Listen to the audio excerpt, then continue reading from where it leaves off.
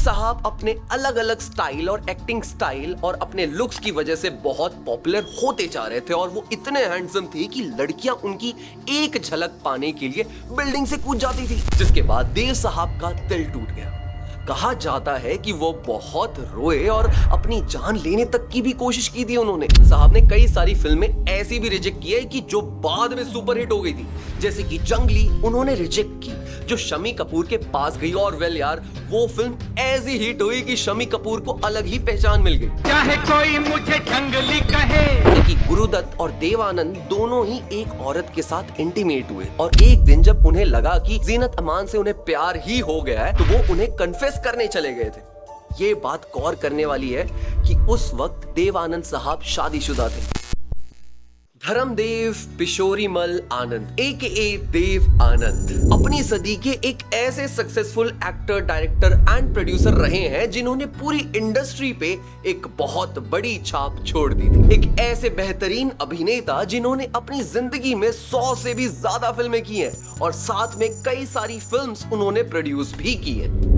देव आनंद साहब का एक यूनिक स्टाइल था, जैसे कि उनकी वो टोपी, उनका वो मफलर जिसने एक अलग ही फैशन ट्रेंड सेट कर दिया था देश में, और 6 दशक के उनके महान कामों की वजह से उन्हें इस इंडस्ट्री का सबसे सक्सेसफुल अभिनेता माना जाता है और आज भी देव आनंद साहब को एवरग्रीन कहा जाता है। तो चलिए 100th एनिवर्सरी पे जानते हैं कि एक ऐसे लेजेंड की कहानी के बारे में जिनका नाम था देव आनंद।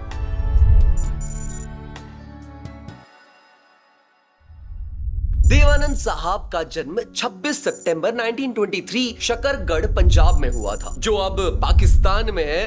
वो अपने माँ बाप के तीसरे बेटे थे, जहां उन्होंने अपनी स्कूलिंग डलहौजी के सेक्रेड हार्ट स्कूल से की और अपना कॉलेज उन्होंने लाहौर में गवर्नमेंट कॉलेज से BA की डिग्री इंग्लिश लिटरेचर में पूरा किया। देवानंद साहब की पढ़ाई के दिनों में उनकी एक हॉबी थी स्टैम्प्स कलेक्ट करना और उन्होंने कई सारे प्रीशियस स्टैम्प्स जमा करके रखे थे। अपनी पढ़ाई खत्म करने के बाद देव साहब ब्रिटिश नेवी में जाना चाहते थे, पर उनका सिलेक्शन नहीं हुआ क्योंकि उनकी किस्मत उन्हें कहीं और ले जाना चाहती थी। एक दिन देव साहब की माँ की अचानक से तबीयत खराब हो गई थी और देव साहब ने उनका काफी वक्त तक ख्याल भी रखा, मगर एक बहुत ही कम उम्र में देव साहब ने अपनी माँ को खो दिया, जिसके बाद उनका घर में मन नहीं लग रहा था और वो काम की खोज में सपनों के शहर मुंबई चल पड़े। 1940 में देव साहब बॉम्बे तो आ गए, पर ये सपनों का शहर हर आदमी को सबसे पहले धक्के देता है और देव साहब के साथ वही हुआ। देव साहब को इस शहर में कहीं भी जल्दी नौकरी नहीं मिल रही थी। इनफैक्ट अपने एक दोस्त के साथ वो एक चौल में रहते थे, जहां उन्हें एक कमरा 4-5 लोग के साथ शेयर करना पड़ता था, जो आज भी करना पड़ता है, और उसी एक फ्लोर पे ऑलमोस्ट 20 लोग रहते थे और बाथरूम था सिर्फ एक। हालात ऐसे हो गए थे कि दिन में सिर्फ एक वक्त का खाना नसीब हो रहा था और सर्वाइवल के लिए देव साहब को वो चीजें बेचनी पड़ी जिसे उन्होंने काफी वक्त से जमा किया था, उनका स्टैम्प कलेक्शन, जिसके लिए उन्हें 30 रुपए मिले। इवेंचुअली देव साहब को चर्चगेट के एक अकाउंटिंग फर्म में एक क्लर्क की जॉब मिल गई, जहां उनकी मंथली सैलरी यार 85 रुपीस थी और फाइनली जिंदगी पटड़ी पर आकर चलने लग गई, जिसने उन्हें उनके आने वाले फ्यूचर के लिए पुश दिया। एक बार देव साहब अपने भाई चेतन आनंद के साथ अशोक कुमार की फिल्म अछूत कन्या देख रहे थे और वो अशोक कुमार की परफॉर्मेंस से इतना इंस्पायर हुए कि उन्होंने मन बना लिया कि वो भी एक एक्टर बनेंगे और अपने भाई के साथ उन्होंने Indian people's theatre association join कर लिया, जिसके मेंबर पृथ्वीराज कपूर, बलराज साहनी जैसे बड़े बड़े दिग्गज थे और यहीं से देव साहब का फिल्म का करियर का पहला कदम आगे बढ़ा। इसके बाद देव आनंद साहब फिल्मों में काम के लिए काफी जगह जाते रहे, पर कोई लग काम नहीं आ रहा था यार, अंटिल प्रभात स्टूडियोज के गेट के बाहर उन्हें नोटिस किया बाबूराव पाई ने। बाबूराव पाई की जब पहली झलक देव आनंद साहब पे पड़ी तो वो उन्हें देखते रह गए यार। कहा जाता है कि वो उनकी आंखें और उनकी स्माइल से इतना इंप्रेस हुए कि उन्होंने देव साहब को एक ऑडिशन के लिए बुलाया और 1945 में उन्हें हम एक हैं फिल्म में लीडिंग रोल मिला अपोजिट कमाला कौतनिस और उनका फिल्मी सफर यहाँ से शुरू हो गया। मुझे बेहद अफसोस है। मुझे बेहद अफसोस। और वहीं पर सेट पे उनकी दोस्त एक और महान शख्स से हुई, गुरुदत्त, जिनकी दोस्ती की शुरुआत के बारे में हमने इस वीडियो में बात की है। यहाँ पर आई बटन पे टैप करो अगर तुमने ये वीडियो नहीं देखी तो पहले जाकर वो देखो।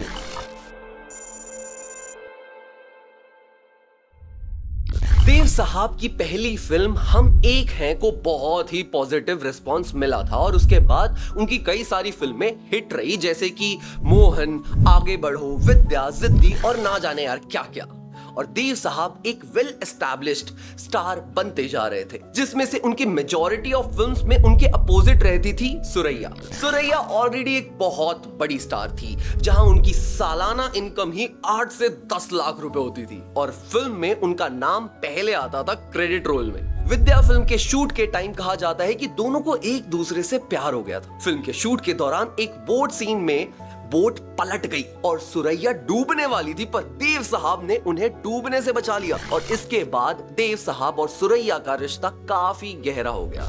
और जब ये बात सुरैया के घर वालों को पता चली तो देव साहब को सुरैया के घर भी बुलाया जाने लगा। 1950 की फिल्म अफसर के शूट के दौरान देव साहब ने 3000 रुपए की अंगूठी देते हुए सुरैया को शादी के लिए प्रपोज किया, मगर सुरैया की नानी को यह रिश्ता बिल्कुल भी मंजूर नहीं था, क्योंकि दोनों का धर्म अलग था और उन्होंने इस रिश्ते को तोड़वा दिया। इनफैक्ट साथ में उन दोनों को काम भी नहीं करने दिया और 2 सितारे देव आनंद और सुरैया की साथ में आखिरी फिल्म रही, जिसके बाद देव साहब का दिल टूट गया।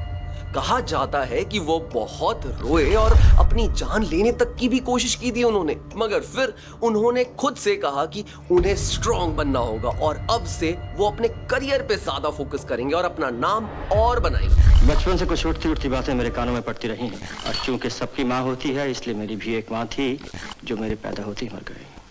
ये ठीक कह रहा है।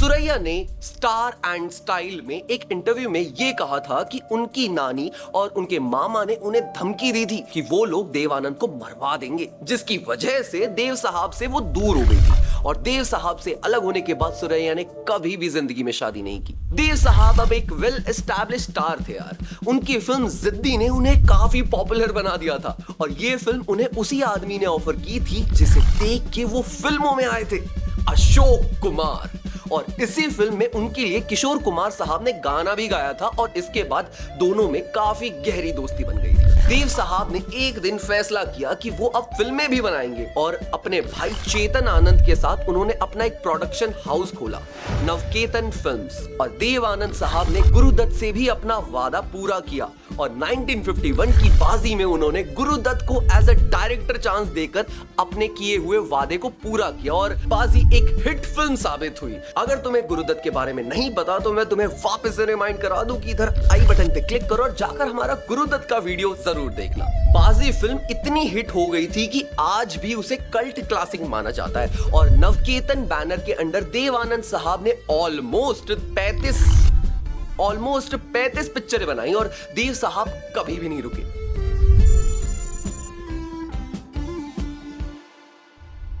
देव आनंद साहब लगातार यार फिल्मों में नजर आने लग गए थे, वो मानो रुक ही नहीं रहे थे और वो लगातार हिट्स पे हिट्स देते जा रहे थे।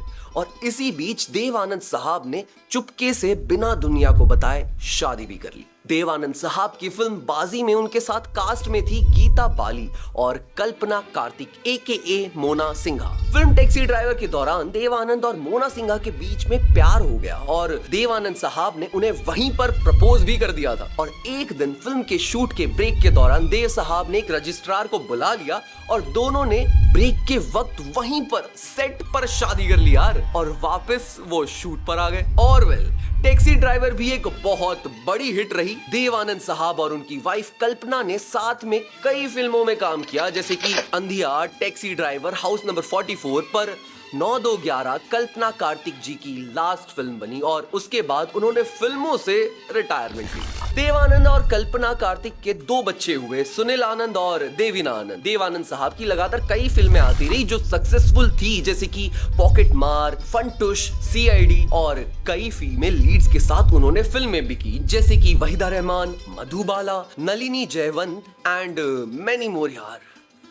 अब तो गिनतियां भी नहीं हो रही। मेरी बाहों में सो जाओ, आज मेरे कंधे पे सर रखे हो। एक जमाना था तुम्हारी थकान में चाय करती थी। फिल्मों में भी उन्होंने कई एक्सपेरिमेंट्स किए, जहां देव साहब ने थ्रिलर फिल्म्स भी की, जैसे कि काला पानी, जिसके लिए उन्हें फिल्म फेयर अवार्ड भी मिला फॉर बेस्ट एक्टर। वो फिल्मों में नेगेटिव रोल में भी दिखे जैसे कि काला बाजार, रोमांटिक फिल्म्स में भी नजर आए जैसे कि पेइंग गेस्ट, जो सारे बॉक्स ऑफिस पे हिट रही। देव साहब अपने अलग अलग स्टाइल और एक्टिंग स्टाइल और अपने लुक्स की वजह से बहुत पॉपुलर होते जा रहे थे और वो इतने हैंडसम थे कि लड़कियां उनकी एक झलक पाने के लिए बिल्डिंग से कूद जाती थी या फिर उन्हें देख के पागल हो जाती थी। इसीलिए देव साहब को कुछ वक्त के लिए कोट पहनने से ही मना कर दिया। देव साहब लिटरली यार बहुत ज्यादा पॉपुलर थे। फिर आया 1965 जब देव आनंद साहब ने अपनी जिंदगी की पहली कलर फिल्म बनाई, गाइड, जिसे उनके करियर की सबसे बेस्ट फिल्मों में माना जाता है। R.K. नारायण की 1958 की नॉवल द गाइड को मूवी में जब अडॉप्ट करने के बारे में जब देवानंद साहब ने सोचा तो उन्होंने वहीदा रहमान को फीमेल लीड के लिए चुना और वहीदा रहमान के कहने पे इस फिल्म के डायरेक्टर राज कोसला को रिप्लेस भी कर दिया गया चेतन आनंद के साथ। मगर चेतन आनंद वहीदा रहमान को लीड में नहीं लेना चाहते थे, तो देव आनंद साहब के भाई विजय आनंद इस फिल्म को डायरेक्ट करने के लिए फाइनलाइज हुए। इस फिल्म को 2 वर्जन्स में बनाया गया था, एक इंग्लिश में और दूसरा हिंदी में। It is stupid to complain about the rain. You are forgetting the horror of the drought. Can one man bring rain or stop it? जहां इंग्लिश वर्जन को डायरेक्ट करने के लिए उन्होंने टैड डैनियल विस्की को चुना था ताकि फिल्म को एक हॉलीवुड अपील मिले और ये फिल्म साइमल्टेनियसली दोनों लैंग्वेजेस में शूट हुई। जहां इंग्लिश वर्जन पहले रिलीज हुआ और काफी होप्स थे देवानंद साहब को इस फिल्म को लेकर, मगर गाइड मूवी का इंग्लिश वर्जन बुरी तरह फ्लॉप हो गया यार। Out of the goodness of my heart, you make fun of it. Well, Rosie, I've been tempted to come back to you anyway. I'll make the world recognize you as the greatest artist of the time. और जब Hindi version के release का वक्त आया तो सबको doubt था कि क्या ये फिल्म पैसे कमा पाएगी। Be honest with me. मगर गेस व्हाट, गाइड का हिंदी वर्जन एक सुपर हिट था। लोगों ने ये फिल्म बहुत ज्यादा ही पसंद की और इस फिल्म को टॉप 100 बॉलीवुड फिल्म्स में कंसिडर भी किया जाता है। मजाक तो यह है कि ये मजाक नहीं मिस्टर, जो खुद तमाशा बन गए वो तमाशा क्या करे। ये अचानक क्या हो गया है तुम्हें? देखो, शो का वक्त हो रहा है। वक्त हो चुका, शो हो चुका। फिल्म में SD बर्मन के गाने थे, लता मंगेशकर जी और मोहम्मद रफी साहब ने प्लेबैक सिंगिंग की थी और इस फिल्म के गाने जैसे कि आज फिर जीने की तमन्ना हो कहीं बीते ना ये रातें। ऑल टाइम हिट्स में से एक है और 38th ऑस्कर अवार्ड के लिए गाइड फिल्म को इंडिया से सिलेक्ट किया गया और तो और फिल्म फेयर जैसे अवार्ड्स भी इस फिल्म ने जीते। और ये फिल्म लिटरली उस वक्त के एक टैबू टॉपिक पे बनी थी, जैसे कि लिव इन रिलेशनशिप जैसे टॉपिक पे। मैं चाहता हूँ कि तुम रो, चिल्लाओ, गाली दो मुझे, बेशक एक दो थप्पड़ भी मार, लेकिन कुछ तो ऐसा करो जिससे पता चले कि तुम्हें मेरी परवाह है। जो ये फिल्म दर्शा रही थी और ये फिल्म उस वक्त से बहुत आगे थी। राजू, जो तुम कहना चाहते हो मैं समझ गई। इनफैक्ट देव आनंद साहब ने एक और फिल्म ऐसी बनाई थी जिसके लिए जमाना रेडी नहीं था। उन्होंने हिप्पी कल्चर पे ये फिल्म बनाई जिसका नाम है हरे रामा हरे कृष्णा, जिसमें उन्होंने एक न्यू कमर जीनत अमान को चांस दिया। इस फिल्म के गाने दम मारो दम को कौन भूल सकता है यार, और ये फिल्म लोगों ने एक्सेप्ट भी की और ये फिल्म भी हिट रही। बोलो सुबह शाम हरे कृष्ण हरे राम।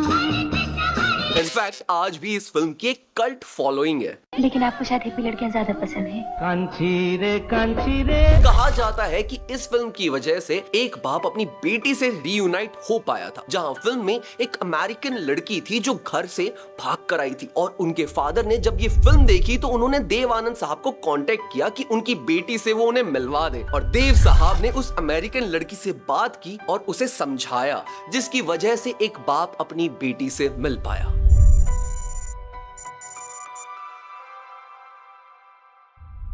देव आनंद साहब के इर्द गिर्द हमेशा लड़कियां रहती थी और ऐसा तो हो नहीं सकता यार कि उनके अफेयर्स की खबर ही ना है। फिल्म हरे रामा हरे कृष्णा के शूट के दौरान उन्होंने एक न्यू कमर को कास्ट किया था, जीनत अमान, जिन्होंने उस वक्त मिस एशिया ब्यूटी पेजेंट जीता था। देव आनंद साहब की ऑटोबायोग्राफी रोमांसिंग विद लाइफ 2007 में रिलीज हुई, जहां कई सारी ऐसी बातें लिखी गई देव आनंद साहब ने जिसने काफी बातें रिवील की उनके बारे में। For the first time, that was my first love affair. Dev Anand साहब ने अपनी ऑटोबायोग्राफी में ये बात तक कन्फेस की कि उन्हें जीनत अमान बहुत ज्यादा पसंद आने लग गई थी और एक दिन जब उन्हें लगा कि जीनत अमान से उन्हें प्यार ही हो गया है तो वो उन्हें कन्फेस करने चले गए थे। ये बात गौर करने वाली है कि उस वक्त देव आनंद साहब शादीशुदा थे और उनके 2 बच्चे भी। देव आनंद साहब जीनत अमान को प्रपोज करना चाहते थे, मगर कहा जाता है कि जीनत अमान ने एक पार्टी में देव साहब को इग्नोर करके राज कपूर के साथ ज्यादा टाइम स्पेंड किया। और फिर राज कपूर की डायरेक्टेड फिल्म सत्यम शिवम सुंदरम में जब जीनत अमान के अपोजिट शशि कपूर को कास्ट किया गया तो देव साहब को बहुत बुरा लगा और उन्होंने बैक ऑफ कर दी। उसी ऑटोबायोग्राफी में और भी बातें मेंशन की गई थी, जैसे कि गुरुदत्त और देव आनंद दोनों ही एक औरत के साथ इंटीमेट हुए और उनका चेक इंटरप्रेटर के साथ अफेयर भी था, जिसकी वजह से उनकी बीवी भी उनसे गुस्सा हो गई थी। एक आयरिश स्टूडेंट के साथ भी उनका ऑन ऑफ रिलेशनशिप था। मार्लन ब्रांडो की असिस्टेंट के साथ रूम शेयर करना, कैसे उनके चार्म की वजह से यंग लड़कियां उनके साथ फिल्मों में कास्ट होने को भी तैयार थी। और अपने और भी कई सारे रंगीन स्कैंडल्स के बारे में देव आनंद साहब ने लिखा था अपनी ऑटोबायोग्राफी में। जहां स्टार्स यूजुअली अपनी रंगीन जिंदगी बहुत ही प्राइवेट रखते हैं, वहीं देव आनंद साहब ने बिना कोई फिल्टर लगाए सब कुछ कन्फेस कर डाला। I had to accept it because when I introduced her, there was no commitment that belonged to me.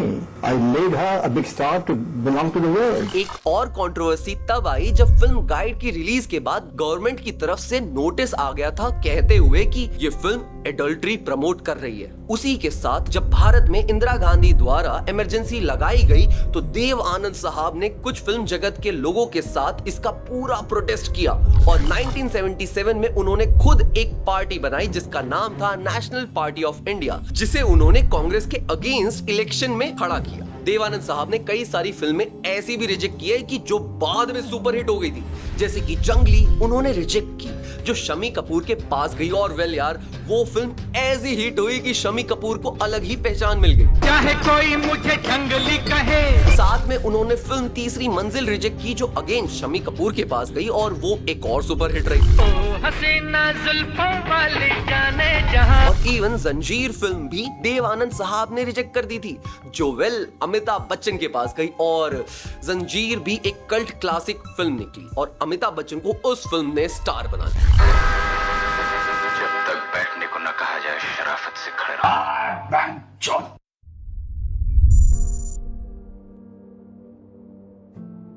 Devanand साहब को एवरग्रीन कहा जाता है और इसके पीछे कई सारे रीजंस हैं। देवानंद साहब ने लिटरली 6 दशक तक खुद को अपने ऑन स्क्रीन प्रेजेंस से रेलेवेंट रखा। उन्होंने हर टाइप के रोल करके ये साबित किया कि वो कितने वर्सेटाइल हैं और उनका चार्म ना कभी कम हुआ ना कभी पॉपुलैरिटी कम हुई। इनफैक्ट आज भी देवानंद साहब उतने ही पॉपुलर हैं और उतने ही रिलेवेंट भी हैं जितने वो अपने प्राइम टाइम पे थे, और उनकी एनर्जी और उनका लिटरली कोई भी कंपटीशन नहीं था। इनफैक्ट उन्होंने खुद कई सारी फिल्म्स लिखी भी और डायरेक्ट भी की, जैसे कि प्रेम पुजारी जो उनकी पहली डायरेक्टोरियल डेब्यू बनी। वो मूवी फ्लॉप हो गई थी, येट आज भी उसे कल्ट स्टेटस मिल गया। और हरे रामा हरे कृष्णा जो उन्होंने खुद डायरेक्ट की थी, और तुम सब जानते ही हो कि ये फिल्म आज भी कितनी पॉपुलर है। और जहां उस वक्त कई सारे स्टार्स बढ़ती उम्र की वजह से अपनी उम्र वाले रोल करते थे, देवानंद साहब इकलौते थे जो हमेशा फिल्मों में लीड रोल ही करते थे, जैसे कि ज्वेल थीफ या फिर जॉनी मेरा नाम, जिसमें वो थे अपोजिट हेमा मालिनी, और उन्होंने लगातार हिट्स पे हिट्स दी और उसी वजह से देवानंद साहब को हमेशा एवरग्रीन कहलाया जाता है। इवन 1969 में 6th Moscow international film festival में देवानंद साहब को ज्यूरी मेंबर की तरह बुलाया गया था।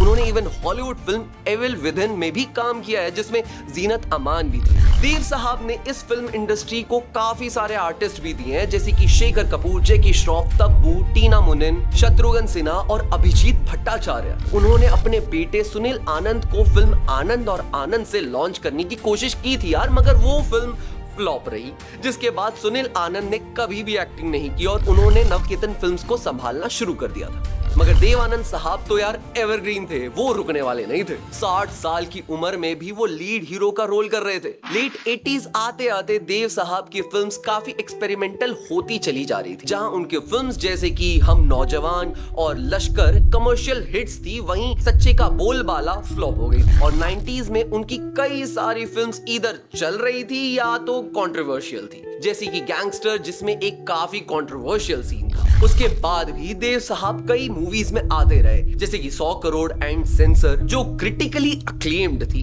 और इवन 2000s के एरा में भी देव आनंद साहब फिल्मों में नजर आते थे, जैसे कि टाइम स्क्वायर जो बुरी तरह से फ्लॉप हो गई थी और मिस्टर प्राइम मिनिस्टर जो थिएटर में चली नहीं। 2011 में देवानंद साहब की आखिरी फिल्म आई चार्जशीट, जो दिव्या भारती की डेथ मिस्ट्री के अराउंड बेस्ड थी, बट ये फिल्म भी एक फ्लॉप थी। चार्जशीट के रिलीज होने के 2 महीने बाद देव साहब लंदन में थे, जहां वो अपना मेडिकल चेकअप करवा रहे थे, मगर अपने होटल रूम में उन्हें एक हार्ट अटैक आया और 3 दिसंबर 2011 को 88 साल की उम्र में देवानंद साहब चल बसे। कहा जाता है कि अपने आखिरी दिनों में देव साहब एक स्क्रिप्ट पे काम कर रहे थे, क्योंकि देव साहब को अपना काम बहुत ज्यादा पसंद था और सिंस वो एवरग्रीन थे, वो रुकना नहीं चाहते थे। उनके करीबी लोगों ने कहा कि देवानंद साहब हमेशा एक पॉजिटिव एनर्जी लेके घूमते थे और वो ज्यादा देर दुखी नहीं रहते थे। चाहे उनकी फिल्म्स फ्लॉप भी हो, वो अपने अगले प्रोजेक्ट के बारे में सोचना शुरू कर देते थे। जब इंडियन सिनेमा के 100 साल पूरे हो गए थे, तो उनके चेहरे के साथ एक स्टैंप रिलीज किया गया था उनकी फिल्मों में कंट्रीब्यूशन को ऑनर करने के लिए। और देव साहब के 100th एनिवर्सरी पे ये सारी इंडस्ट्री उन्हें हमेशा मिस करेगी। लगता है आज हर इच्छा पूरी होगी, पर मजा देखो, आज कोई इच्छा ही नहीं रही। तो ये था यार वीडियो उस लेजेंड के बारे में जो एवरग्रीन थे और एवरग्रीन रहेंगे। आपको देवानंद साहब की कौन सी फिल्में पसंद थी, पसंद है और हमेशा पसंद रहेगी, हमें नीचे कमेंट सेक्शन में जरूर बताना। और देवानंद का कौन सा अंदाज आपको सबसे ज्यादा पसंद है, मुझे नीचे कमेंट सेक्शन में जरूर बताना। और ये वीडियो तुम्हें कैसी लगी, वेल ये भी नीचे कमेंट सेक्शन में जरूर बताना। और वीडियो को लाइक करना बिल्कुल भी मत भूलना। अगर आप चैनल पे नए हो तो इस चैनल को सब्सक्राइब कर दो यार। जल्दी जल्दी हम 2 लाख का टारगेट पूरा करते हैं और मिलियन की रेस में पहुंचते हैं। तुम लोग मुझे मेरे सोशल हैंडल्स पे भी फॉलो कर सकते हो, ये रहे मेरे सोशल हैंडल्स। हम मिलते हैं गाइस अगली ऐसी वीडियो में, तब तक के लिए ओके बाय।